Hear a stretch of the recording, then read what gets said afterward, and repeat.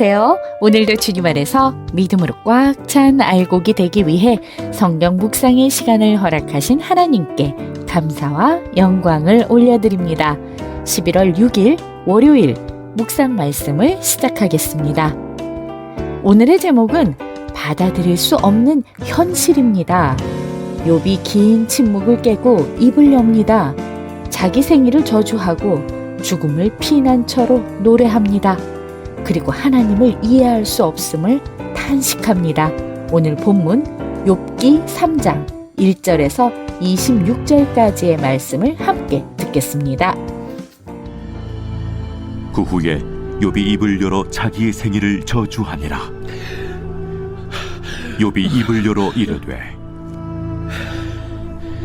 내가 난 날이 멸망하였더라면, 산의 아이를 베었다 하던 그 밤도 그러하였더라면, 그 날이 캄캄하였더라면, 하나님이 위에서 돌아보지 않으셨더라면, 빛도 그 날을 비추지 않았더라면, 어둠과 죽음의 그들이 그 날을 자기의 것이라 주장하였더라면, 구름이 그 위에 덮였더라면, 흑암이 그 날을 덮었더라면, 그 밤이 캄캄한 어둠에 잡혔더라면, 해의 날수와 달의 수에 들지 않았더라면, 그 밤에 자식을 베지 못하였더라면, 그 밤에 즐거운 소리가 나지 않았더라면, 나를 저주하는 자들 곧 니워 야단을 격동시키기 익숙한 자들이 그 밤을 저주하였더라면,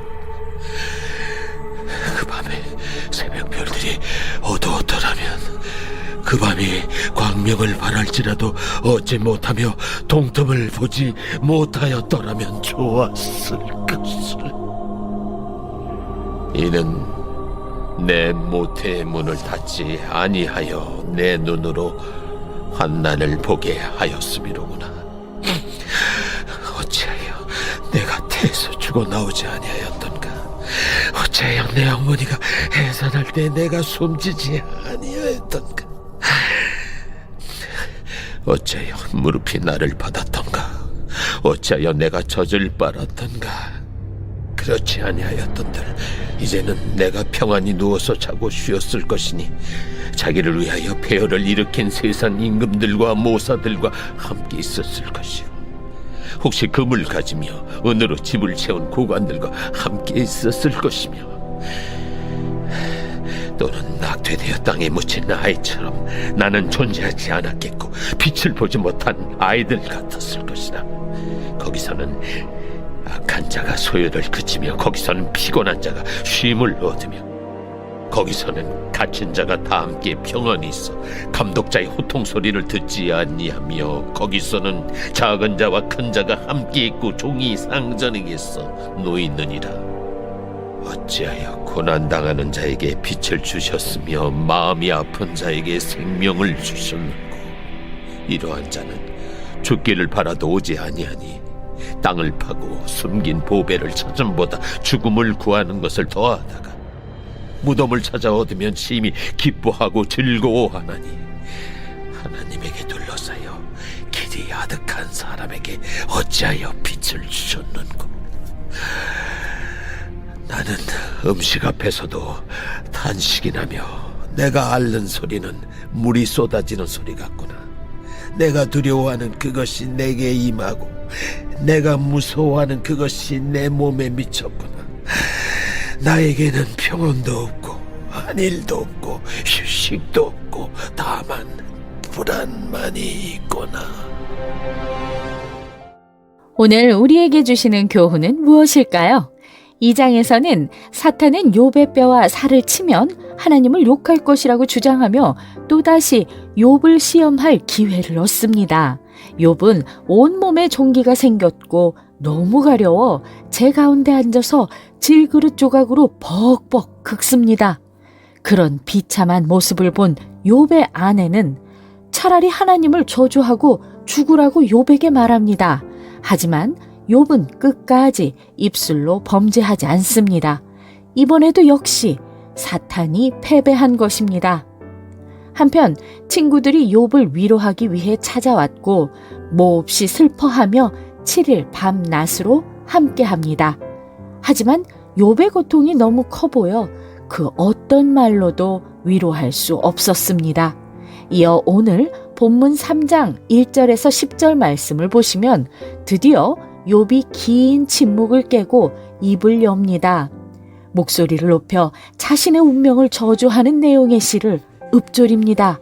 욥은 자신에게 닥친 시련들에 대해 고통스러워하며 자신의 생일을 저주하며 자기 존재를 부정하며 솔직한 심정을 토로합니다. 11절에서 19절 말씀을 보시면 이번에는 어쩔 수 없이 태어나야 했었더라면 차라리 태에서 죽어서 나왔어야 한다며 죽음에 대해 갈망하며 탄식합니다. 죽어서 나왔더라면 지금의 고통을 겪지 않았을 거라는 욥의 절규가 아프게 다가옵니다. 우리의 삶에 별 문제가 없을 때는 선물 같은 날들을 살아가는 것이 기적이라고 여깁니다. 하지만 삶에서 감당하기 힘든 어려움이나 고통을 당하면 살아있는 나의 존재를 지우고 싶을 만큼 괴로워하게 됩니다. 누구나 한 번쯤은 죽고 싶을 만큼 힘들고 어려운 날들이 있었거나 아니면 지금이 그 고통의 순간일 수도 있습니다. 그럴 때는 욥처럼 탄식하지 않을 도리가 없습니다. 하지만 신기하게도 그런 상황에서도 자신에게 생명을 주신 하나님을 원망하는 구절은 아직 나오지 않습니다. 메시지 성경은 20절과 23절에 어찌하여 하나님은 비참한 사람들에게 빛을 주시고 쓰디쓴 인생을 사는 이들을 살려두시는가? 부질없는 인생, 삶의 의미를 찾을 길을 하나님이 모두 막으셨으니 살아서 무엇하겠는가? 라고 쓰여 있습니다. 고통도 고통이지만 욥을 더욱 힘들게 만든 것은 하나님이 왜 이런 고통을 허락하셨는지 모른다는 사실입니다. 2장 10절에서 욥은 자신의 아내에게 하나님께 좋은 날을 받았으니 나쁜 날도 받는 것이 당연한 것이 아니냐며 핀자를 준 적이 있습니다. 좋은 날이 있었으니 나쁜 날도 있는 것이 당연하면서도 왜 그런 일들이 생기는지에 대해 의문을 품습니다. 베드로 기자는 연단하려고 오는 불시험을 이상한 일 당하는 것 같이 이상히 여기지 말고 오히려 그리스도의 고난에 참여하는 것으로 즐거워하라고 말합니다. 낯선 하나님을 경험하는 것은 우리가 하나님을 더 깊이 알아가는 첫 걸음입니다. 기도하겠습니다. 하나님, 오늘 우리에게 주신 말씀대로 납득하기 어려운 현실을 만날 때 그것을 담을 수 있을 만큼 믿음과 지혜가 커지게 하여 주시옵소서. 예수 그리스도의 이름으로 기도드립니다. 아멘. 하나님은 우리에게 사방을 둘러싼 울타리가 되어주십니다. 우리의 인생의 모든 행복과 고통에는 하나님의 뜻과 섭리가 담겨 있습니다. 우리의 삶 가운데 부와 명예와 기쁨을 누릴 때 그분이 주신 것임을 고백하며 감사한 것과 같이 고난과 아픔 속에서도 하나님의 뜻을 찾고 간구합시다. 받아들일 수 없는 현실을 이상히 여기지 말며 오늘도 광야 같은 세상에서 승리합시다. 저는 내일 다시 찾아뵙겠습니다.